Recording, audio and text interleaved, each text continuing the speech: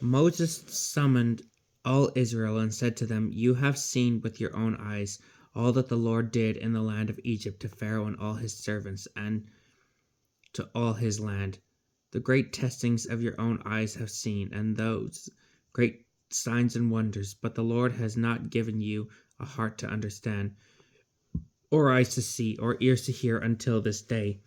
I led you for 40 years in the wilderness. Your clothes did not fall from you in tatters, nor your sandals from your feet.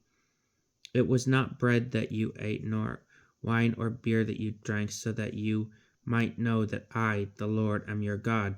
When you came to this place, Sihon, king of Heshbon, and Og, king of Bashan, came out to engage us in battle, but we defeated them and took their land and gave it as a heritage to the Reubenites, Gadites, and the half tribe of Manasseh.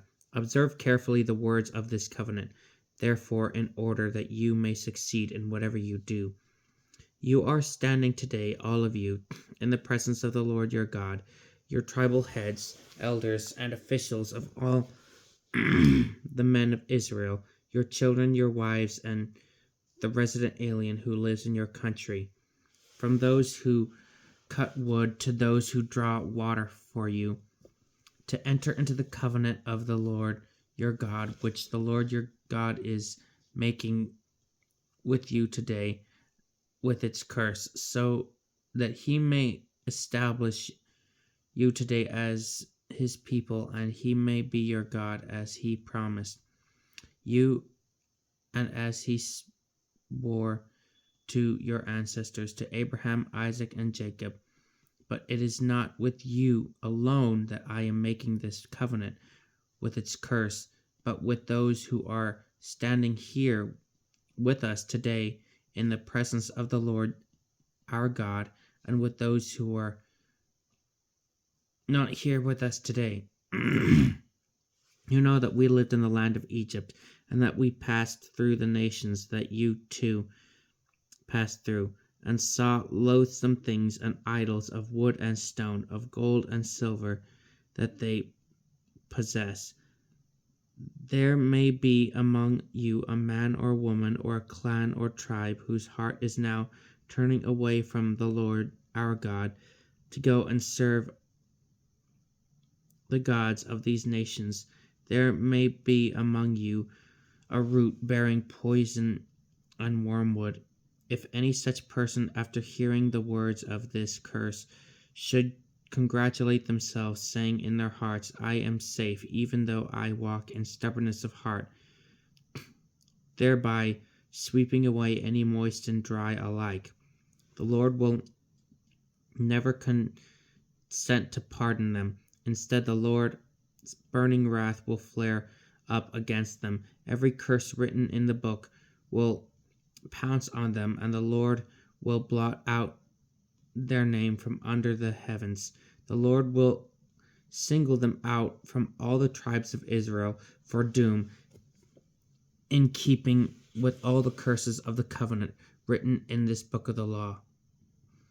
Future generations, your descendants who will rise up after you, as well as foreigners who will come here from distant lands, when they see the calamities of this land and the ills the Lord has inflicted upon it, all its soil burnt out by sulfur and salt, unsown and unfruitful, without a blade of grass, like the catastrophe of Sodom and Gomorrah, Admah and Zeboim, which the Lord overthrew in furious wrath.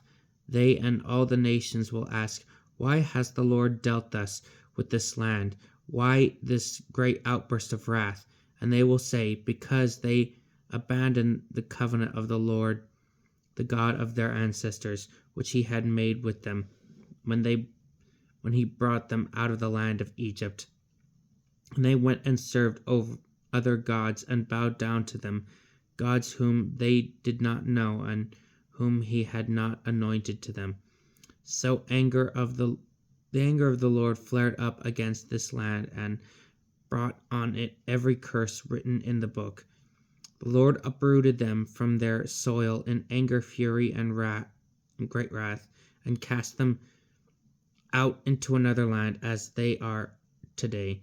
The hidden things belong to the Lord our God, but the revealed things are for us and for our children to observe all the words of this law.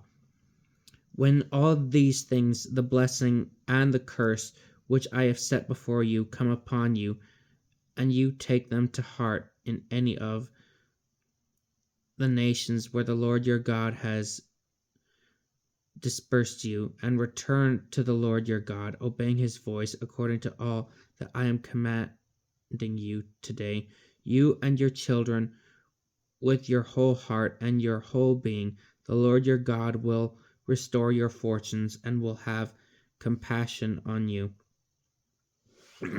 He will again gather you from all the peoples where the Lord your God has scattered you, though you may have been dispersed to the farthest corner of the heavens. Even from there will the Lord your God gather you, even from there will he bring you back. The Lord your God will then bring you into the land your ancestors once possessed, that you may possess it, and he will make you more prosperous and numerous than your ancestors. The Lord your God will circumcise your hearts and the hearts of your descendants, so that you will love the Lord your God with your whole heart and your whole being, in order that you may live. The Lord your God will put all those curses on your enemies and the foes who pursued you. You, however, shall again obey the voice of the Lord and observe all his commandments which I am giving you today. The Lord your God will generously increase your undertakings, the fruit of your womb, the offspring of your livestock, and the produce of your soil.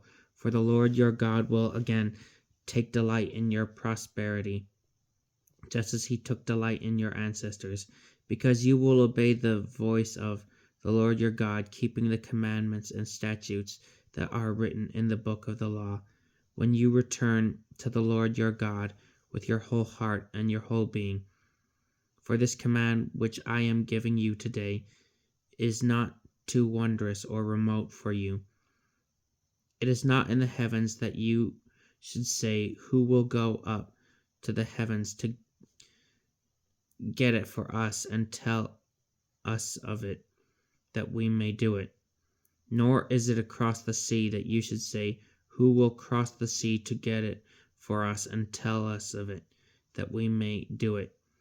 No, it is something very near to you, in your mouth and in your heart to do it. See, I have today set before you life and good, death and evil. If you obey the commandments of the Lord your God, which I am giving you today, loving the Lord your God and walking in his ways and keeping his commandments, statutes, and ordinances, you will live and grow numerous, and the Lord your God will bless you in the land you are to enter and possess. If, however, your heart turns away and you do not obey, but are led astray and bow down to other gods and serve them, I tell you today that you will certainly perish. You will not have a long life on the land which you are crossing the Jordan to enter and possess. I call heaven and earth today to witness against you. I have set before you life and death, the blessing and the curse. Choose life then, that you and your descendants may live, by loving the Lord your God, obeying his voice, and holding fast to him.